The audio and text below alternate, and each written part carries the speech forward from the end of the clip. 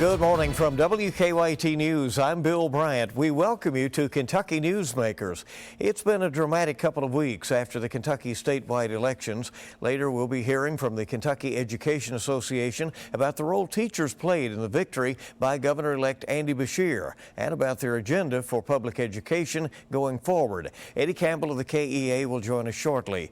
But first, Centre College's Political Science Department did some exit polling on Election Day. They also partnered with some others, and they found some very interesting results in their research out in the field. For the first time, they were able to get results from other parts of the state. It gives us an idea of what was on the minds of voters when they went to the polls on that election day. Joining us first this morning is Centre College professor Dr. Benjamin Knoll, who was overseeing that project. Thanks for coming. We appreciate it very much. Absolutely. Thanks so much for having me here. First, tell us about the project, what your intention was. Sure. So this is an extension of a project that's been going on at Centre College in our politics department for a number of years. Starting in 2011, we started doing a student undergraduate research project, more or less, where we had students go to the various voting locations in Boyle County, where Centre College is located, and had them distribute surveys to voters as they left the voting location to try to better understand voter attitudes and opinions about local elected officials in Boyle County and that sort of thing. It was a great opportunity for students. They were able to write some questions to put on the survey, so it was an excellent pedagogical kind of activity for the students to do. Then this year, we were able to partner with a number of other universities and colleges around Kentucky with the idea that for the gubernatorial election, we would be able to run that same project in a number of different locations, aggregate, pool the results together to be able to say something about the Kentucky-wide gubernatorial election as a whole. And so the results really give us an idea of the mindset of voters on that election day as they went to the polls. So what were your findings? Sure. So the findings there, it's important to know that what exit polls are able to give us that we're not able to see from other sources is we can look on the Kentucky Secretary of State's website, we can see what happened, right? We can see the numbers and see who won. Exit polls help us understand the why of what happened, what types of people voted for who, what was normal, what was abnormal, things like that. What we found overall was that Kentucky voters behaved more or less in a normal fashion in this particular election. Around the country, we see the #1 predictor of voting behavior is political partisanship. Democrats tend to vote for Democratic candidates, and Republicans tend to vote for Republican candidates. And so we saw, for the most part, that same thing happening here. Republicans in Kentucky, of course, voted for Matt Bevin to a large extent, and vice versa with Andy Beshear. So that was a fairly normal thing on that end. What was interesting, and I think an out of the norm for this election, is that there's always a few partisan defectors, we could call them, who cross the aisle to vote for the other candidate. Usually it's in the range of 5 to 10%. In this particular election, though, we found that there were more Republican defectors who crossed over to vote for Beshear than there were Democratic defectors who crossed over to vote for Bevin. And they tended to be younger, right? Generally speaking, yes. Not all of them, but yeah, there was a strong relationship between the age of the Republican defectors, we could call them, and who they voted for governor. So amongst those Republicans who crossed over to vote for Bevin, which in our sample was approximately 16% of all Republicans, roughly 45% of them were under the age of 40. Professors, we look at the numbers and just how close this election was, to the point that it had to be decided, basically after a recanvass that was eventually this week, then the concession by Governor Bevin, and Governor-elect Andy Beshear is now putting his administration together. But as you look at that, and for Bevin to have the slight advantage in terms of, you were telling me that more Kentuckians identify as Republican now, even though they're not registered that way. Andy Beshear really had to thread a needle carefully to win this election, didn't he? Yes, very, very careful. What he had to do, in essence, was win every single voter who identifies as a Democrat, and our exit polls showed that he did a pretty good job. Almost 95% of Kentucky Democrats, or at least who identify as Democrats or independent lean Democrats, voted for Beshear, and he had to pick off just enough of self-identified Republican voters to be able to overcome that slight Republican advantage that Kentuckians have. And he was able to do that. President Trump made that election eve visit to Lexington and urged Kentucky voters to re-elect Bevin. You did find that the president remains very popular in Kentucky. Yes, right? yes. So he's got roughly a 55% approval rating amongst Kentuckians, and that's something that is shown by both national survey firms as well as our exit poll survey. And so Governor Bevin was looking to capitalize on that, saying, okay, he's got a 55% approval rating-ish, give or take a couple of percentage points. If I can tie myself to his popularity, that might be enough to overcome the low approval rating that I have here in Kentucky. And what we found in our survey was that worked to some extent, but not as much as he was perhaps hoping. We found that people who have a generally positive opinion of President Trump did not always vote for Bevin, and even amongst some of them still crossed over to vote for Beshear, even though they have a generally favorable view of Trump. So you would say the effort by the Bevin campaign to nationalize the race was not as effective as they had hoped? Yeah, it was somewhat effective, but not effective enough to be able to do what they were intending to do with that. We obviously have an urban-rural divide in Kentucky. As you look at that, is that a predictor of elections going forward in any way? No, absolutely, and that's the way it is around the country as well. That's one of the chief factors that tends to correlate very strongly with voter behavior. Urban areas tend to be very blue communities, blue counties and neighborhoods, and rural areas tend to be very red counties and neighborhoods, and we see that reflected as well in the exit polling project this year. When you look at those numbers from this year and this governor's race, do they give you any guidance about next year? Or was this simply the governor's race and Bevin had a popularity problem? Do these numbers and the results this year predict any troubles for McConnell or Trump next year in Kentucky? Sure. I'd say the most that could be said is that it is suggestive, but perhaps not fully predictive on this end. And by that I mean that because of the loose correlation between attitudes toward President Trump and attitudes towards Governor Bevin and Andy Beshear and how people behaved there, that there is less of a straight line between how people voted this time around and how they might vote next year. Same thing for Senator McConnell as he runs for re-election. There was a little bit tighter relationship between attitudes toward the various gubernatorial candidates and attitudes for McConnell there. For McConnell, he might want to be looking at that same group of young Republicans who are willing to cross over to vote for a Democrat for governor, and look at that as a possible area where he might want to shore up some support. That would be a suggestive trouble spot for him going forward. Some other interesting things that happened on election night. Northern Kentucky, which traditionally has been a Republican stronghold, 2 of the 3 counties there in the metro Cincinnati area went for Beshear. That was interesting, and much has been made of that nationally, in that they're saying, well, that shows some suburban flight of voters from the Republicans. Yes, absolutely, and that's not isolated just here to Kentucky. We saw that as well in the Virginia elections that happened last week as well, and has been going on all over the country. So we see Kentucky following same national trends as far as that goes. What will you be looking for your next project? Next year's a big year. Sure, next year is a big year. What will we be looking for is attitudes, of course, toward the president, how that affects voter opinions and behavior here in Kentucky, as well as the Senator McConnell re-election race there.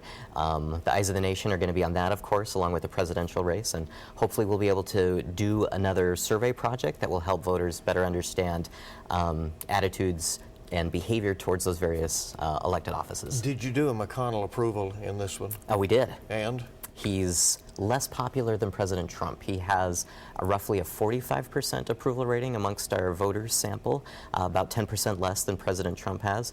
I wouldn't put that as red danger lights for him, but it's certainly suggestive that his support base is not as strong as the president's is in Kentucky. Dr. Knoll coming in from Center College. We really appreciate that. Sure, absolutely. Thanks for coming by.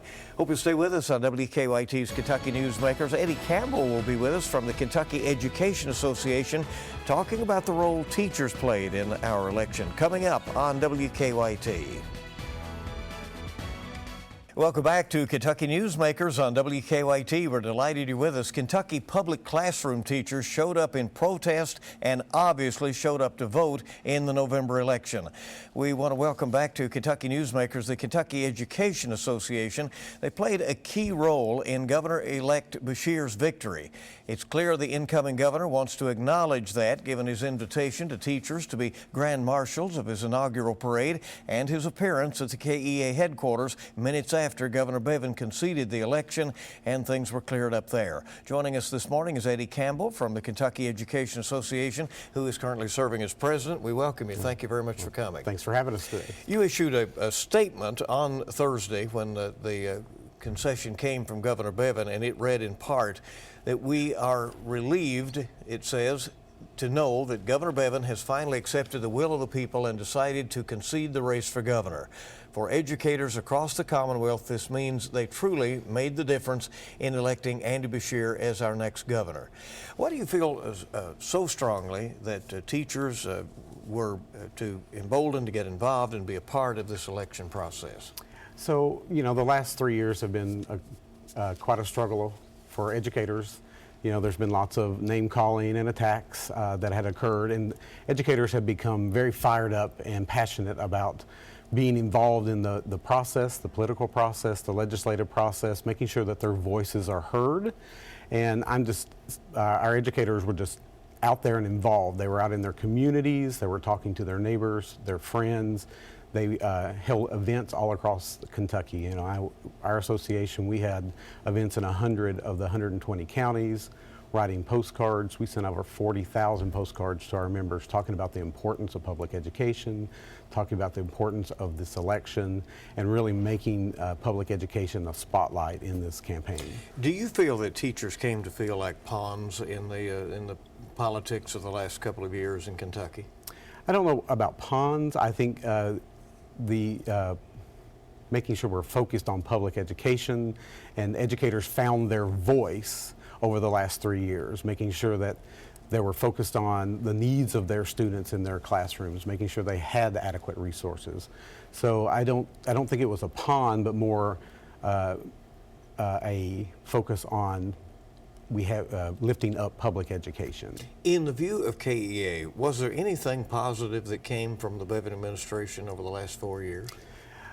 I think he fired up public education and really put the spotlight on there. Educators realize now that they need to have their voice loudly heard in the political process, in the legislative process, that everything that we do as educators are impacted by a decision that's made in Frankfort, from the resources that we have in our classrooms to the buses and the transportation that's provided to the other resources that students have, like counselors and school safety. All of those are a decision that is made by an elected body. So I think if anything that's come out of the last administration is this real renewed focus on public education and the need to make sure that we have quality public education in every corner of Kentucky. Andy Beshear will be the next governor of Kentucky, and the KEA members, in many cases, campaigned very hard for him. Oh, yes. What was it that he said to you that gave him the support of teachers and educational professionals? It wasn't just what he said, it's what he did. Over the last several years, he stood up for public educators and came out and he defended against the pension bill, the sewer bill that was passed in the middle of the night. He came out on many occasions and stood up for public education, and then he turned around and stood with public educators in this whole process. And I think moving forward, he's going to make sure that we have a public education voice, we have educator voice in all aspects of the decisions around policies and funding, that there's the experts out at the table making those decisions. Many people have said that this went beyond teachers because teachers are so important in the communities, and they have taught in some cases. They're teaching a child, and they taught their parents and maybe their grandparents as well. There also are seniors who in high school who were eligible to vote in this election. How much were other people besides the teachers themselves an extension of the education vote? So I think it was the educators that went out in their communities and talked about the importance of public education, and they did that in every community across the Commonwealth. So they took it outside of their workplace and took it out into their communities, and educators are respected. They, like you said, they teach not only their students, but they've had parents, and they've had they're a vital part of their communities every single day. They teach Sunday school. They work and volunteer at the local food bank. So I think educators spread the word, and they really went out and had those discussions in the public where it needed to happen. What is the concern really with for the KEA with the idea of educational choice, where there is that option of choosing a private and or other homeschooling, other options besides the traditional public classroom? So, everybody has choice in terms of their educational pathway, but we want to make sure for KEA and for educators across the state that we have a high quality public education system that's available for every student, that provides all those opportunities that are possible, that no matter if you're in the smallest district in the state or the largest district in the state, that all those students have the same opportunities, that all the educators that are there are high quality educators that are serving those students and have the resources to provide those opportunities for their students. What will it be like having teachers serve as the grand marshals of the inaugural parade? That is a very symbolic position. It's amazing. I've had texts from all over the state. Educators are just excited that they're being honored and respected once again. So to have that position of honor as Grand Marshals of the inaugural parade is just an exciting time. We're making plans to have educators to be there. So I think that's just giving us a renewed focus on how much public education is important for this new administration that's coming in, that there's going to be a renewed focus on public education, and then making that investment in public education and the educators who serve those students each and every day. Are teachers willing now to support this governor as he may be trying to do some things that the legislature may be in opposition to, such as expanded gaming to try to get more money, he says, for the pension system? I mean, is that an area of concern for teachers as well? So resources, making sure that we have resources coming in and revenue coming in to back those resources. The Kentucky Education Association Board and our Delegate Assembly has a long-standing position that we support anything that brings revenue in that's going to focus on public education, that's going to invest in public education and invest in those pensions. So you do include pensions in the investments? Yes. Yeah. Yes. We have to retain and recruit highly qualified educators, and making sure that we have those highly qualified educators means you have to have a benefit package. We have to pay our educators as professionals. They serve students each and every day. They're experts in what they do. They have multiple degrees. So making sure that they have that they're paid as professionals and have a good benefit package that moves to bring them into the system. Governor Bevin had said and had predicted that future governors going forward will see that the current retirement system and the pension system is not sustainable over the long haul, that it requires so much resources for the state to put in that it couldn't happen over the long haul. Do you agree with that? Do you agree that there should be some changes going forward to the retirement package? So I think the system works the way it's supposed to, and we've seen proof of that. When we invest and put in the dollars that are supposed to be in the system works and grows like it's supposed to. They talk about a crisis. It's not really a crisis that's happening. It's a long-term investment in the system. So it's making sure that we have a dedicated resource of funding that goes into that, and that's going to be a big discussion that I think will occur in the legislature this coming session. All right, we'll talk about some other things that may come up in the session. What are the priorities for the Kentucky Education Association? Eddie Campbell is with us here after teachers this week celebrated, in many cases, the election of Governor-elect Andy Beshear to lead the Commonwealth. We're back in a moment. And welcome back to WKYT's Kentucky Newsmakers. We are visiting with Eddie Campbell, the president of the Kentucky Education Association, which has been a hot seat the last 2 or 3 years. And I know Stephanie Winkler was your predecessor, Yes. and you worked hand in hand. As you look back over the last couple of years, were there some dark days for education in your view? There was a lot of tough days for public education in the state, and but I'm proud of all of our educators across the state who stood up and said, no, our students are important, our public education is important, our professions are important. So the standing up and taking care of their communities, their public schools has just been a really bright point for me. What do you want to see when the legislative session begins in January, and it will be the full long session this time with the budget included, with talk about the revenue and where to get it and what to do next? What do you want to see from them as it relates to public education?